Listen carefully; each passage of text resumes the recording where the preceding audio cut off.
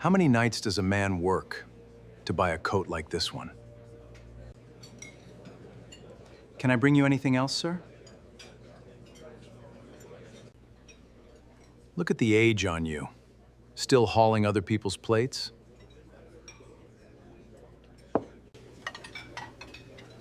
Corbin, stop. Watch him walk. The man can't cross a room straight, and they've got him carrying crystal. I'm only saying what this table already decided. Say it again. I'm still here. Look at the age on you. Still hauling other people's plates? Table 9 had gone quiet well before the waiter opened his mouth. His name was Judd Tarver. Corbin Vale, the number 2 man at Halbrook Group, in town for the biggest launch of his career, had spent the dinner making a show of the man serving him. The shoes, the age, the jacket with somebody else's name over it, and the leg. Of everything he could have picked to laugh at, he picked the leg. 6 words was all Judd gave him back. Vale laughed and reached for his glass, satisfied. But Judd set that bottle down slow, squared it to the cloth, took his hand off it. Men do not do that on their way out of an argument.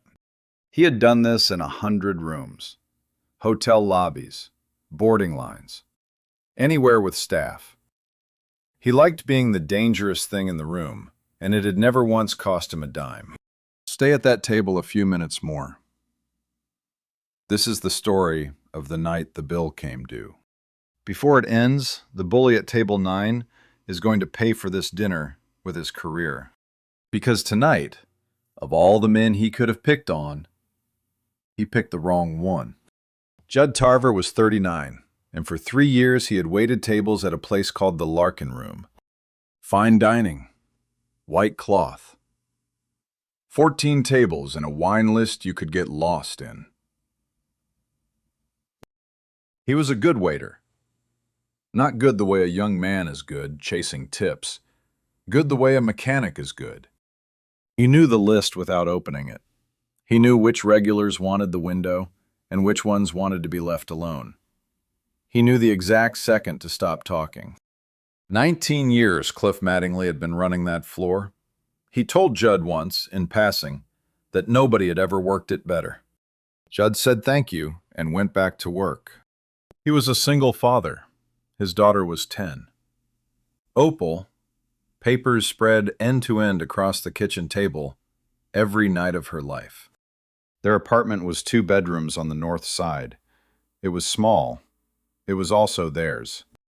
Dinner service meant he clocked out at 11 and was up again at 6:30. That was the trade, and he had made it on purpose. Mornings were hers. Breakfast, the walk to the bus stop, the same 4 blocks in the same order. Whatever else the week did to him, she got a dad at the table at 7. He had not missed one in 3 years. Her mother had died before any of this. Treatment first, then bills, then the particular quiet that gets into a house and does not leave on its own. After that, it was just the 2 of them, and a father who had to make the money work. What Judd needed then was work that was steady and work that was honest. The Larkin Room had both on offer. He was not ashamed of it. Nobody ever caught him embarrassed by a day's work. What nobody at the Larkin Room could have told you was that this was not the first uniform Judd Tarver had worn for a living. The first one was Army Green. He joined at 19. They trained him as a combat medic, the man the platoon calls Doc, the one who runs toward the sound everybody else is running away from. He did 2 tours. On the second one, a roadside bomb put 4 men on the ground at once. Judd got to all 4 of them. He got 3 of them home. He was carrying the 3rd man when the second blast went off. He woke up in a hospital in Germany with a left leg full of hardware and a discharge already moving through the paperwork. The army was finished with him at 25. Nobody asked how he felt about that. There is a Purple Heart in the apartment, in a drawer. Opal knows which one. Nobody else does. He came home and learned what a lot of men like him learn. A country can be grateful in a general way and still have nothing particular for you on a Tuesday. He tried a warehouse. He tried a desk.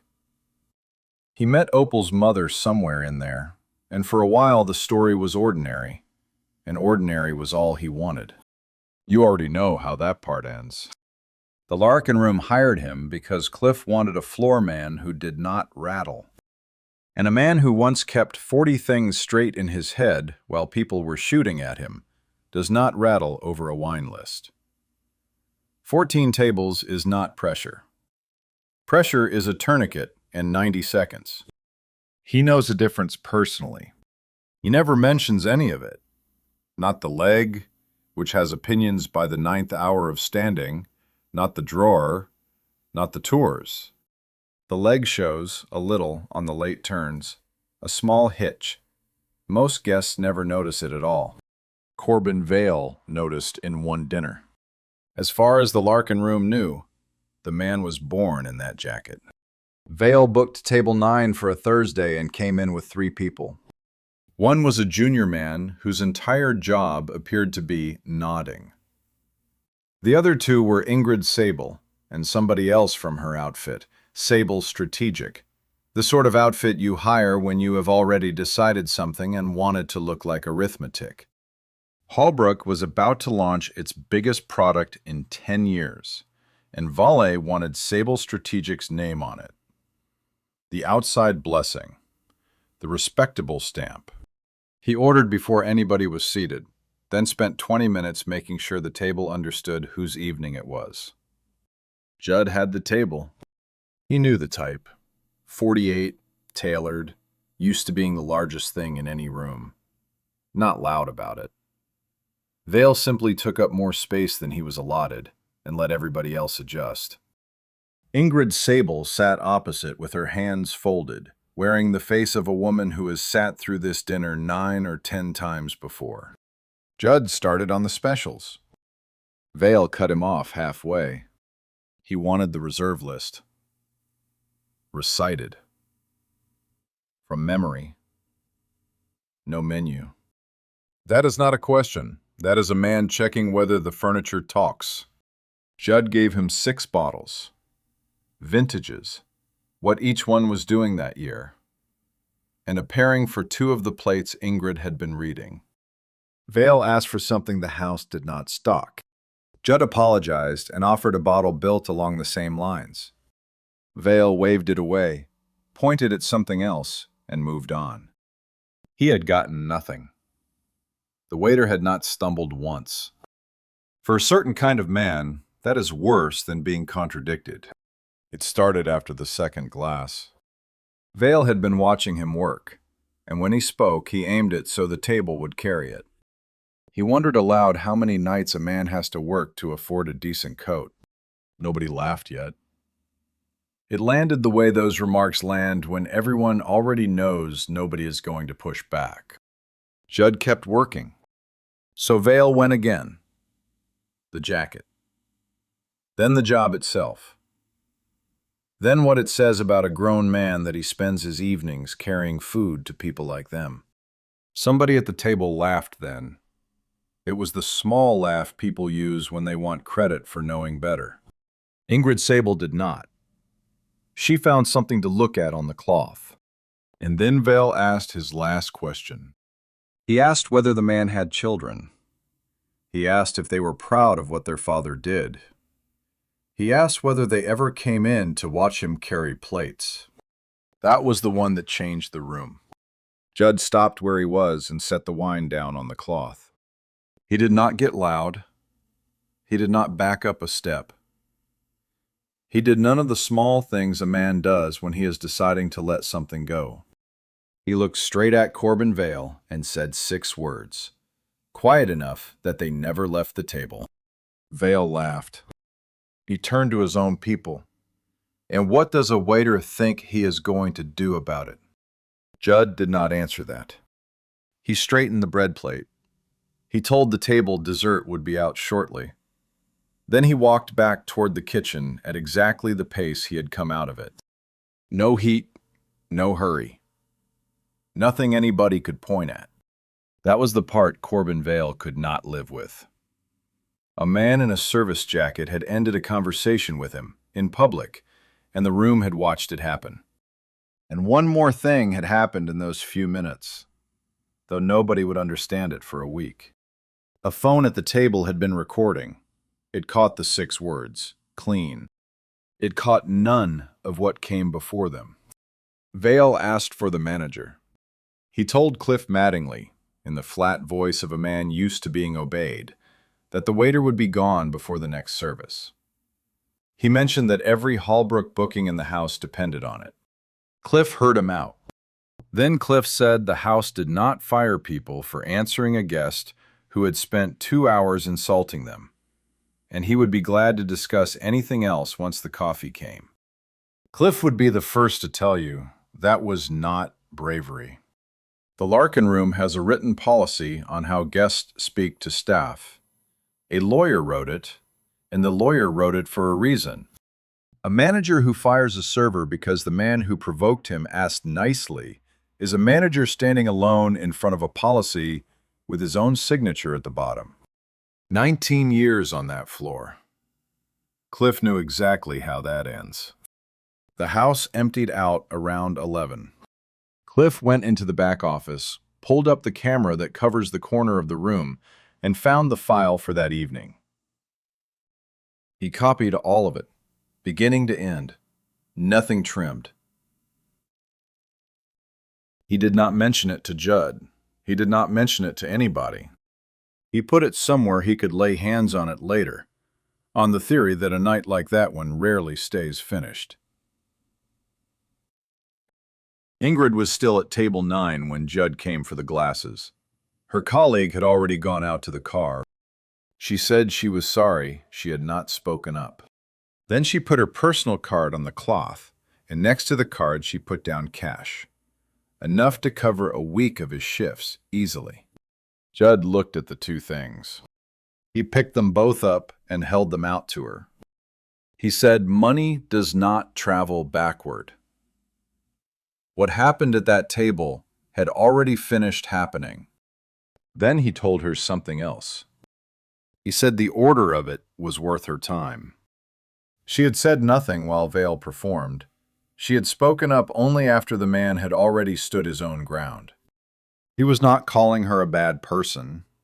He was pointing out that those 2 things came in a particular order, and the order was the whole story.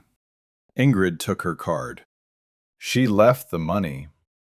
Judd left it exactly where she said it. It was still there when the lights went off. By the next afternoon, Vale had people looking into Judd Tarver. What came back should have ended it. 2 tours. A combat medic. A wound. A citation. An honorable discharge. A dead wife. A 10-year-old girl. And not one complaint on file. Anywhere. From anybody. Corbin Vale read all of that a full day before the rest of the country learned any of it. He knew by then exactly what the leg he had laughed at was. He knew where it had been. He knew what it had carried. He went ahead anyway. It went up on a Tuesday, early. By lunch, 3 accounts had it, with a combined following in the millions. Whoever shot it had picked the angle carefully. It opened on Judd already standing, bottle in hand, over a seated man. The audio was clean. Every word came through. And it cut before Corbin Vale had said a single thing. The angle matched the seat where the junior man had been sitting. So what the country got was a man in a service jacket standing over a seated customer in a very expensive coat, saying something that sounded, stripped of everything around it, like a threat. First caption out of the gate. Server melts down on a paying customer. Larkin Room. By Wednesday, he was volatile. A man with a temper and a history. 3 write-ups reached for nearly identical phrasing, which is what happens when people work off the same page of notes. Judd read 2 at his locker, put the phone away, and worked his shift. The part that actually hurt came home on the bus. A boy in Opal's class found it, and it went around the 5th grade the way those things go. By Thursday, 2 different children had informed her that her dad was going to jail for threatening a rich man. She came in quiet. She sat down at the kitchen table and did not open her bag. Then she looked at him with a face he had seen before, back in that first year without her mother. A child working out how much of a question is safe out loud. Did you do something wrong? Not an accusation. It came out the way a 10-year-old asks a thing she already suspects has parts in it. From the one adult she trusts not to shave it down. Judd sat down across from her. He told her what Vale said about the coat, about the jacket, about whether his daughter was proud of him. He said he answered because some things should not be left sitting there. And he told her the people who made that video cut out the half of it that explained why. Opal listened the whole way through. That's not fair. No, he said, it isn't. She took it the way children take hard news, when the adult in front of them does not try to make it smaller than it is. Losing the job was not what frightened him. What frightened him was that look settling onto her face and deciding to stay. Wherever you are watching from tonight, put your town in the comments. Somewhere out there is a man this happened to, who never got the whole tape shown. Let him see how many rooms this story is standing in. Ingrid called the next day and met him after service on a bench in the little plaza 2 blocks up. She wanted to put out a statement. She had been at that table. 48 hours, she said, and the clip is worth nothing. She also offered him a job. Research work at her firm, better money, daylight hours. He turned down both. A statement from her stops being about Vale and starts being about the 3 of them. And Vale's people would have it reframed by the weekend. One consultant's word against a video with millions behind it is not a fight. It is a feeding. The job answered itself. Her first move had been to relocate him, which meant she still read his life as a problem to solve, not a thing he had picked. I don't know what to do with a man who says no to every door. That's because you're still looking for doors, he said. I'm not.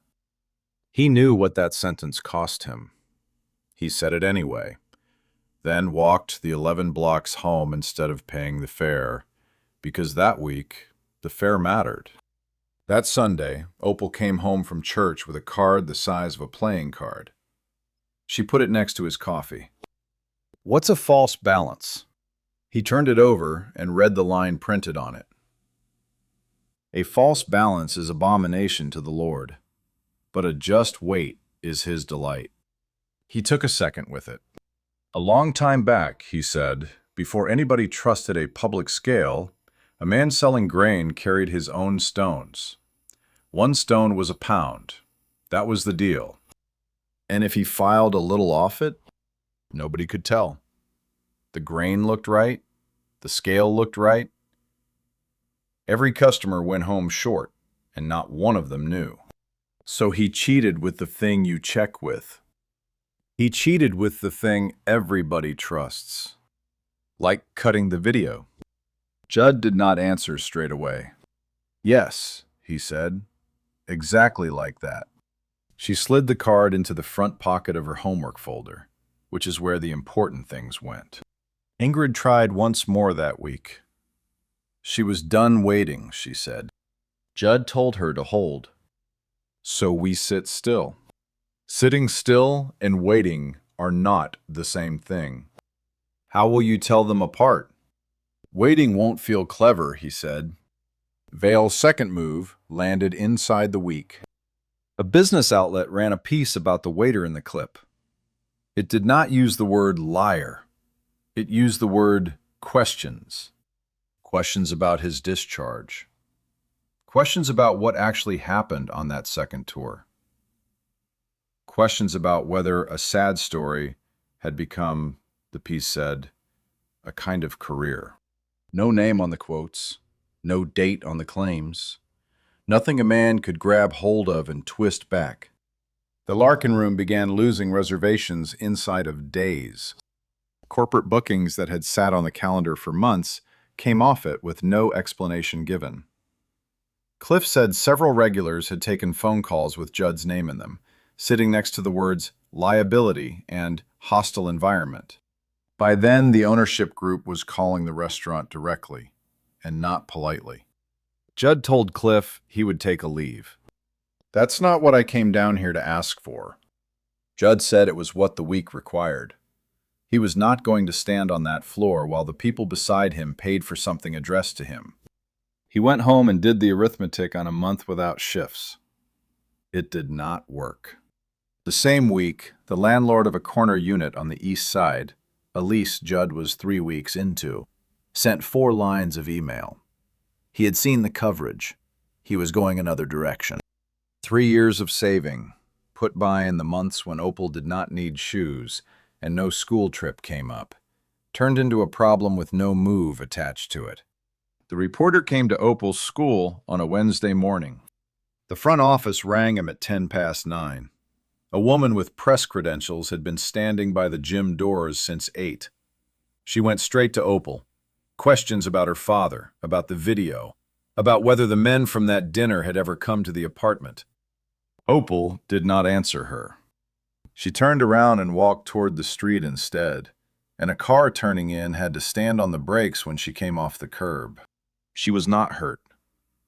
The office had her back inside within a minute. Judd was there inside the hour. She rode home with the bag on her knees, watching the window, and he let the car stay quiet. The school filed a report that afternoon. 2 days later, the outlet took the reporter off the story. And that was every consequence anybody faced. When they got in, Opal went to her room. Judd sat at the kitchen table and put both hands flat on it. And he understood, in the way that leaves nothing to negotiate with, that this had gone somewhere he would not be following it. That night, he got the restaurant plans down off the closet shelf, the floor plan, the menu they had argued about, the drawings the two of them made at that same table one Saturday the spring before. He boxed the lot of it, meaning to put it somewhere he would not see it every morning. Opal appeared in the doorway, no shoes, pencil still in her hand. Her eyes went to the box and came back to him.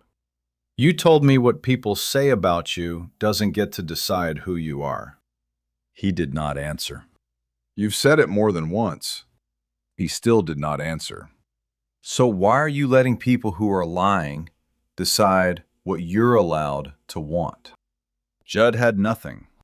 He sat with both hands flat on the lid and could not produce one sentence. The box stayed where it was. He shut the light off and sat with it anyway, most of the night. It was not the argument. He had made that argument himself, to her, more than once. It was hearing it come back in her voice. In the morning, there was something under the lid. She had been up ahead of him and gone down through the box until she reached the first drawing. Corner booth, open kitchen, and the small chalkboard by the door she had insisted on, because writing the specials by hand felt more honest than printing them. She had set it on top of the stack, blank side up. 7 words on the back, written slow, letters a size too big, the way she did when a thing was meant to count. The place where my dad stands up. Judd read it twice. He set it back down. He got breakfast going. When she came out, he told her they were still opening the restaurant. She looked at him over the cereal, working very hard at not looking relieved. I know, she said, and moved on to something else, the way people do when the important part is already settled. He called Cliff that afternoon. He asked whether the house cameras from that night still existed, or whether the system had already written over them. The system writes over itself every 30 days. That night was long gone from the machine. I know, Cliff said. I made a copy the same week. Judd was quiet for a second. Then he said he wanted it. All of it. One condition, and it was not up for discussion. Nothing gets trimmed. Not 1 second. Both men on that tape, exactly as long as they actually were. If the whole thing makes somebody look bad, Judd said, then that's who he is. Cliff brought it to the apartment that evening and did not stay for coffee. Judd called Ingrid last. He told her what was going up and when. She was quiet for a moment. Then she said that when it did, she would not be far behind it. If you have ever been described by people who never once asked you, stay with this. Hit subscribe. What happens next is why we told you the story. Judd Tarver had never posted anything in his life longer than a birthday wish. On a Thursday morning at 6, before the breakfast dishes, he posted 41 minutes of unedited restaurant video. The caption was 2 words: the rest. Months earlier, a man at Table 9 had told him that staff does not get a second sentence. There it was. For the first hour, almost nothing. The clip that smeared him had millions behind it. His post had a waiter's account behind it. Then Ingrid Sable shared it, with one line of her own. She had been at that table, she wrote. This was exactly what happened. Her firm had seen enough. At the dinner, she had spoken last. This time, she went first. By noon, strangers had cut the 2 versions together, side by side. The shaved video and the whole one. Nobody needed it explained. You could see exactly where the stone had been filed. The country watched a man ask a waiter whether his daughter was proud of him. Then it watched the waiter answer with 6 quiet words and go back to work. Opal saw the numbers climbing at the kitchen table over cereal. She reached into her homework folder, took out the little card from church, and stood it up against the sugar bowl where he could see it. You used the real pound, she said. He had used the real pound. That evening, a comment appeared under the video from an account with no picture and 9 followers. That's Doc Tarver. Second tour. He carried me 800 meters with his own leg full of metal. By morning, somebody had found the citation. It is a public record. It reads the way citations read, flat, dated, signed by a colonel. What it describes is not flat. Then came the others, men from his unit, a nurse from the hospital in Germany, the regulars from the window tables, one by one, saying the same thing in different words. That man has served me for 3 years and never once raised his voice at anybody. The article asking questions about his discharge came down quietly that afternoon. The screenshots of it did not. And then came the ones who had met Corbin Vale before. A valet from a hotel in Dallas, a gate agent, a kid who parked cars at a private club for one summer. Different cities, different years, the same voice on a different night. The tape had not shown the country something new about the man. It had shown them something old. Halbrook's launch was 2 weeks out, and Corbin Vale was the face of it. That is not a figure of speech. His face was on the invitations. By the weekend, 2 of the launch's anchor clients had called Halbrook with the same word. Pause. Sable Strategic was already gone. On Monday, 4 of Halbrook's largest shareholders sent the board a single letter with all 4 names on it. The letter did not mention cruelty. It mentioned exposure. Understand what happened next, because it is colder than it looks. No board of directors fires a man for being cruel. Boards fire men for being expensive. That tape did not make Corbin Vale 1 degree crueler than he had already been. It made him visible. And visible made him expensive. The launch was postponed on Wednesday. On Friday, Holbrook announced that Corbin Vale was leaving by mutual agreement, effective immediately, and thanked him for his years of service. Service. Nobody caught the word. Or everybody did. He surfaced 8 months later at a smaller firm, 2 states away, with a title half the size and an office off the elevators. Somebody in the lobby recognized him inside a week. In that world, nobody bans a man. There is no list, no sentence, no gavel. The phone simply stops ringing. He had spent his whole life working at being the most dangerous thing in the room. The rooms went on without him. Judd went back to work on a Tuesday. The first thing he noticed was the book. Full. 14 tables, 2 seatings, 6 weeks out. People asked for his section by name. A couple drove down from 2 hours north and told the hostess they were in no hurry at all. One night, there was a table of 6 men with short hair and long silences. They did not explain themselves, and he did not ask. One of them shook his hand on the way out and did not say anything either. Some things get said that way. The ownership group that had wanted him gone put his name in the holiday advertising. He let them. A man learns which fights are worth having. In the spring, a familiar email arrived. The landlord of the corner unit on the east side. Circumstances, he wrote, had changed.